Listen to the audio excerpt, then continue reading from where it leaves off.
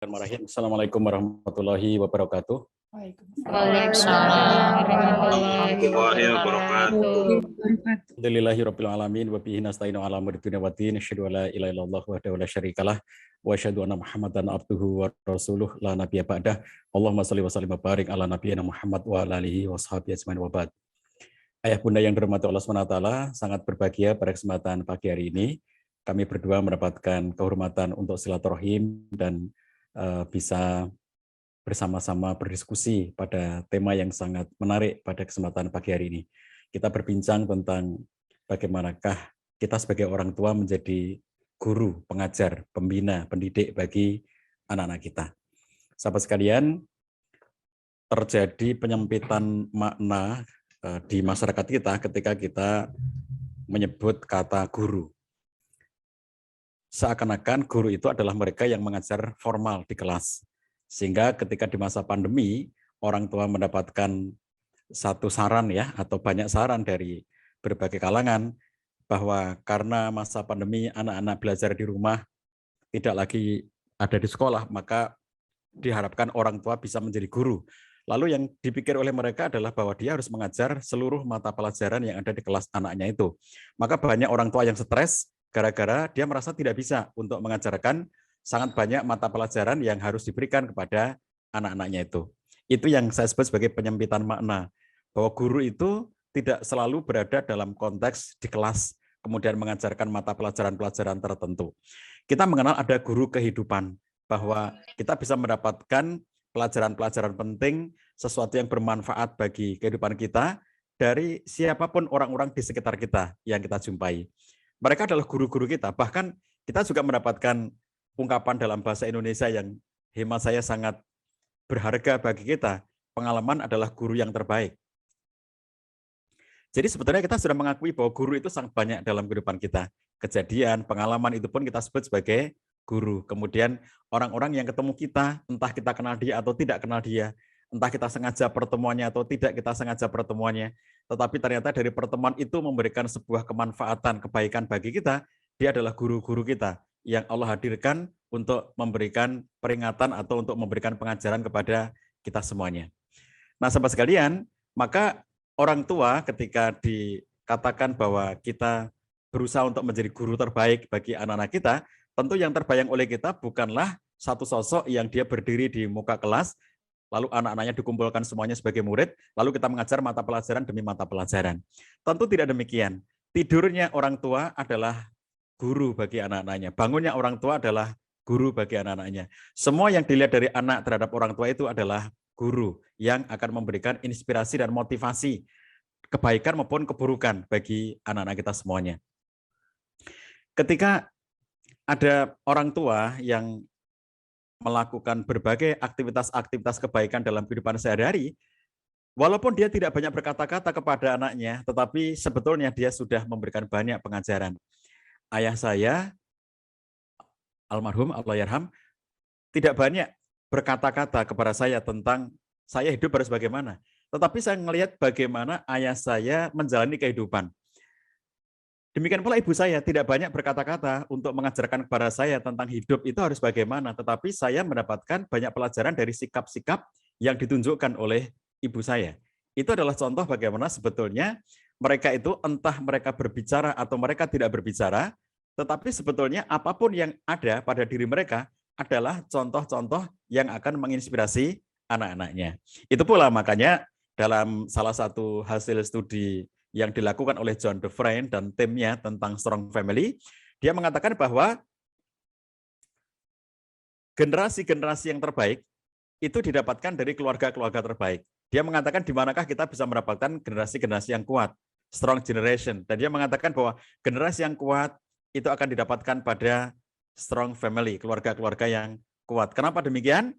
Karena kata Dufresne, apabila Anda hidup dalam satu keluarga yang kuat, maka akan lebih mudah bagi Anda untuk membangun keluarga yang kuat pula di masa dewasa Anda nanti.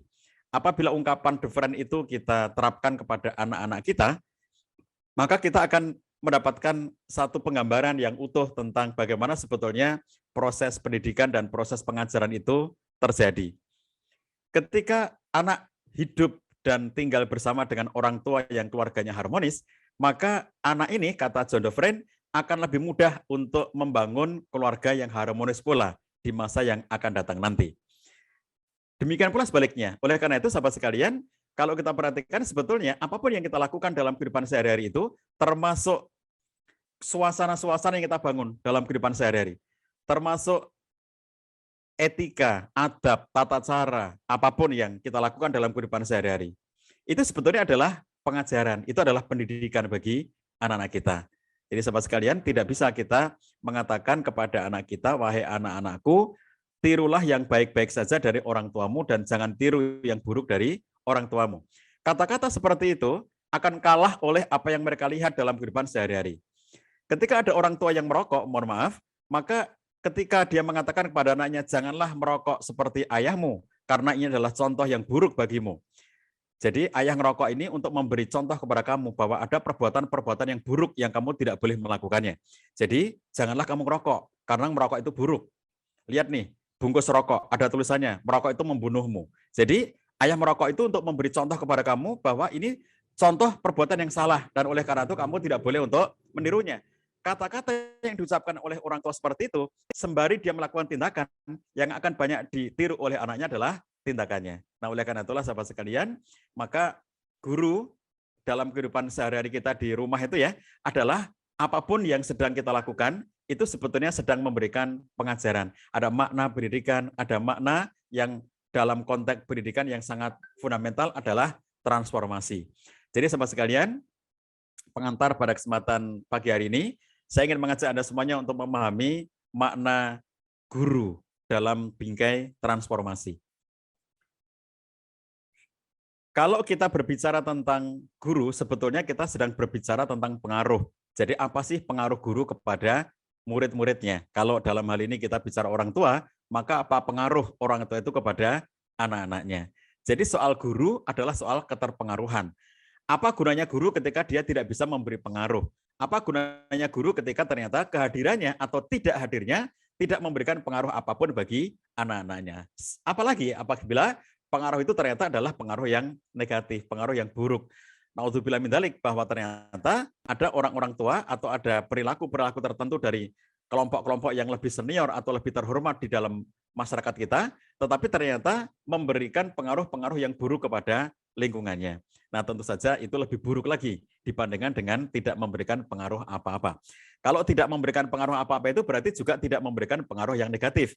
Tetapi ada orang yang dengan perbuatannya dan dengan kelakuannya di tengah kehidupan sehari-hari itu telah memberikan pengaruh-pengaruh yang buruk kepada lingkungannya. Naudzubillah min dzalik, apabila itu terjadi di dalam kehidupan berumah tangga kita. Sahabat sekalian, di dalam kita memberikan pengaruh ini, maka sebetulnya faktor yang sangat dominan adalah faktor transformasi, dimensi transformasi.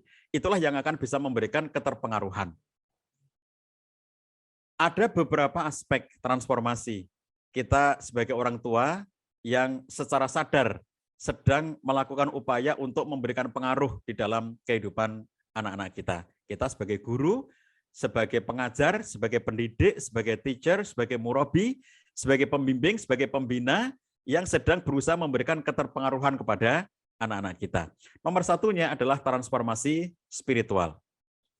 Kalau kita perhatikan, bagaimana nilai bisa masuk ke dalam jiwa anak kita, value, sesuatu yang menjadi pemahaman, prinsip, pengetahuan, bisa masuk ke dalam diri anak kita.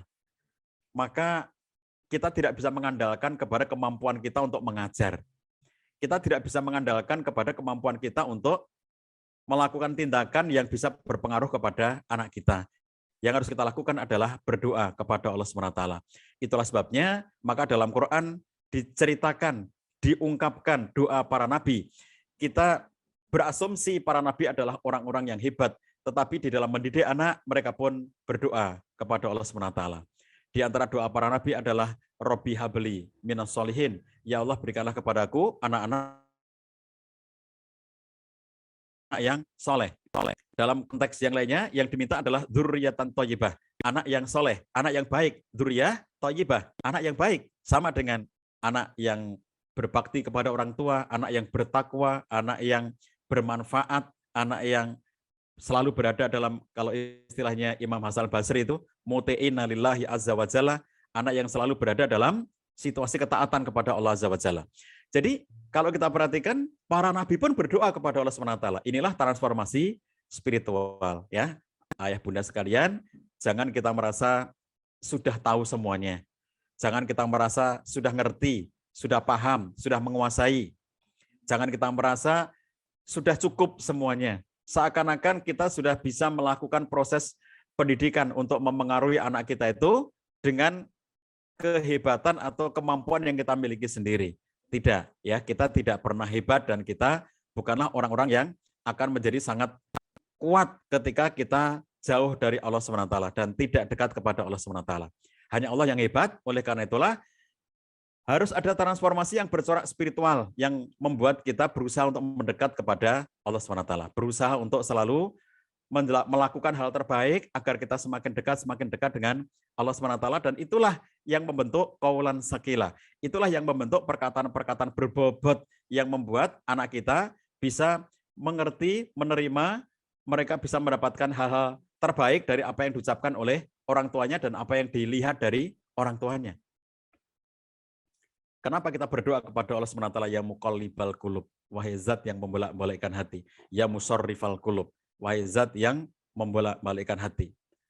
Jadi kita dalam doa itu memiliki satu pengakuan utuh bahwa Allah kita sebut sebagai muqallib al-qulub, musarrif al-qulub, zat yang membolak-balikkan hati. Bahkan Allah juga menyatakan wa'lamu annallaha yahulu bainal mar'i wa qalbih. Ketahuilah bahwa Allah itu menghijab, membatasi, menjadi pembatas di antara seseorang dengan hatinya sendiri. Kalau kita perhatikan kadang-kadang manusia itu, ya, kita semuanya itu, kita bisa jadi ada satu masa, satu kesempatan di mana ada perasaan-perasaan yang bergolak dalam diri kita dan kita tidak tahu itu namanya perasaan apa. Jangankan anak kecil, bahkan orang dewasa pun kadang-kadang kita tidak tahu apa yang sedang berkembang dalam diri kita. Ada suasana, ada perasaan tertentu yang tidak bisa kita definisikan. Kenapa? Karena hanya Allah yang paling ngerti tentang diri kita. Jangan merasa bahwa aku tahu tentang diriku sendiri. Aku ngerti tentang semua yang ada dalam diriku. Tidak. Hanya Allah yang mengetahui diri kita. Karena Allah menghijab antara seseorang dengan hatinya. Kalau kita perhatikan, maka supaya kita bisa memberikan keterpengaruhan kepada anak-anak kita dalam interaksi sehari-hari, maka kita butuh penguatan dari Allah SWT. Kita meminta kepada Allah SWT, sabit qalbi ala dinik, sabit qalbi ala ta'atik. Kita meminta kepada Allah agar dikuatkan dalam agamanya, agar dikuatkan dalam ketaatan kepadanya, agar semua yang kita lakukan dalam kehidupan sehari-hari hanya menimbulkan dampak-dampak yang positif saja bagi anak-anak kita. Tidak mungkin kita sempurna, ayah bunda sekalian. Tidak mungkin kita itu berlaku hanya baik saja dalam hidup kita sehari-hari. Enggak mungkin. Tetapi kita minta kepada Allah SWT agar yang tertanam dalam diri anak kita hanyalah yang baik-baik saja dari orang tuanya. Sebab tidak mungkin, mustahil orang tua itu menghindari hal-hal yang negatif dalam dirinya. Enggak mungkin. Apa ada orang itu yang 100% baik? Enggak ada, ya. Itu hanya Nabi SAW.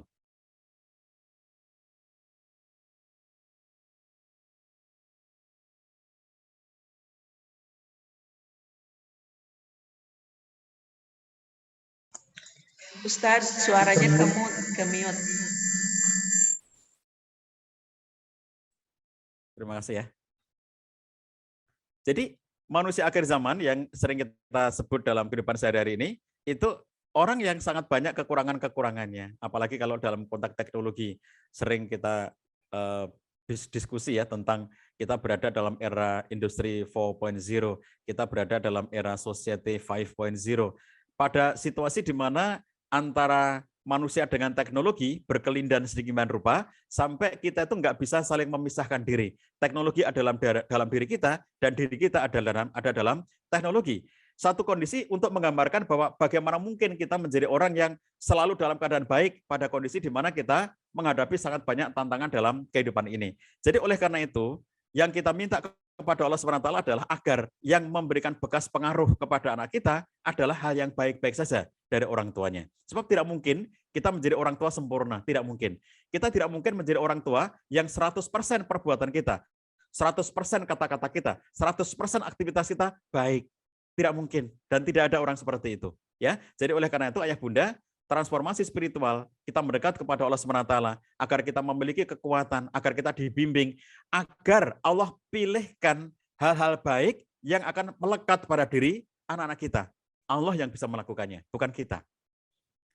Oleh karena itulah sahabat sekalian, kalaupun dalam kehidupan kita sehari-hari kita pernah melakukan kesalahan, mungkin ayah bunda kalau pernah mengikuti seminar-seminar, webinar, kajian-kajian parenting, bercerita tentang luka pengasuhan, bercerita tentang hal-hal yang pernah terjadi di masa lalu, yang buruk, yang bisa berpengaruh kepada anak-anak kita misalnya, maka mendekatlah kepada Allah SWT agar Allah menghapus hal-hal yang buruk yang ada pada anak kita. Meskipun di antara kita sebagai orang tua itu, tentu ada sisi-sisi negatif, ada sisi-sisi keburukan yang kita miliki, tetapi kita meminta kepada Allah agar Allah pilihkan hanya hal baik-baik saja yang akan melekat pada diri anak kita sampai akhir hayat mereka nanti. Itu yang pertama sahabat sekalian, transformasi yang bercorak spiritual. Maka doa adalah pengikat yang sangat kuat yang dinyatakan oleh Nabi SAW, salah sudah awat, la syakka fihin.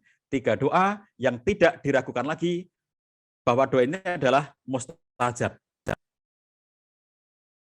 Yang pertama, meskipun nanti konteks hadisnya ada satu riwayat yang menyebutkan nomor satunya adalah dakwatul walid, dan ada riwayat yang lainnya yang menyebutkan dakwatul walid itu justru nomor 3. Tetapi dakwatul walid itu 1 dari 3, salah sudah awat mustajabat la syakka fihin. 3 doa yang mustajab, yang tidak diragukan lagi tentang mustajabnya, yaitu adalah doanya orang tua. Ketika dikatakan dakwatul walid, itu sudah pasti yang dimaksud adalah doa orang tua kepada anaknya. Sebab kalau kita mendoakan orang tua kita, itu namanya doanya anak. Ketika kita sedang mendoakan orang tua kita. Saya adalah orang tua, tetapi ketika saya mendoakan orang tua saya, itu berarti adalah doa anak. Ketika saya sedang mendoakan anak saya, berarti itu adalah doa orang tua. Nah, sahabat sekalian, doa adalah transformasi spiritual yang akan kuat mengalir dalam diri anak-anak kita nilai-nilai kebaikannya. Maka jangan pernah berhenti untuk berdoa, jangan bosan untuk berdoa. Jangan kita merasa sudah cukup karena merasa aku sudah lulus S1 bidang pendidikan, aku sudah master bidang pendidikan, aku doktor di bidang pendidikan, aku profesor di bidang pendidikan. Tidak ya, tidak cukup dengan itu. Karena Allah yang akan bisa memberikan dan memasukkan pengaruh-pengaruh kebaikan dari orang tuanya kepada diri anak kita. Itu yang pertama, transformasi spiritual. Yang kedua adalah transformasi moral. Sahabat sekalian, adab ya, kalau dalam bahasa agama kita menyebut ada akhlak lalu ada adab. Kalau dalam bahasa umum kita menyebut itu dengan istilah moral ya, meskipun kalau kita pahami maknanya tentu sangat berbeda antara moral dengan adab dengan akhlak. Tetapi untuk mewakili itu semuanya saya gunakan satu kata saja, yaitu transformasi moral, bahwa di dalamnya kita sedang mentransformasikan adab dan akhlak, budi pekerti, hal-hal yang menjadi sopan santun dalam kehidupan anak-anak kita. Inilah yang nantinya akan menjadi bekal bagi anak kita untuk menjalani kehidupan yang panjang, agar dia bisa memiliki sikap-sikap utama seperti hamba-hamba Allah yang dinyatakan oleh Allah SWT dengan wa ibadur rahman alladzina yamshuna alal ardi hauna wa idza khatabahumul jahiluna qalu salama. Itu adalah adab, itu adalah akhlak. Bagaimana ibadur rahman, hamba-hamba dari Allah yang Maha Pengasih itu yamshuna alal ardi hauna. Dia melewati kehidupan di muka bumi ini tidak dengan sikap yang sombong, justru dia dengan sikap yang rendah hati. Wa idza khatabahumul jahilun qalu salama. Kalaupun ada orang-orang jahil, orang-orang yang tidak baik, orang-orang iseng, orang-orang jahat melakukan tindakan tidak baik kepada dirinya, maka dia membalas dengan kebaikan. Qalu salama. Yang dia lakukan tidak dengan membalasnya, tetapi yang dilakukan adalah dengan melakukan dan memberikan kebaikan kepada orang-orang itu. Inilah transformasi moral, di mana orang tua menunjukkan adab, orang tua menunjukkan moralitas yang tinggi, orang tua menunjukkan akhlak yang baik dalam kehidupan sehari-hari. Jadi sebagaimana kita tahu, ayah bunda sekalian, kata Imam Al-Ghazali, yang dimaksud dengan akhlak itu adalah kondisi jiwa yang mantap dalam diri seseorang. Sampai kondisi jiwa yang mantap itu menimbulkan tindakan dan perbuatan yang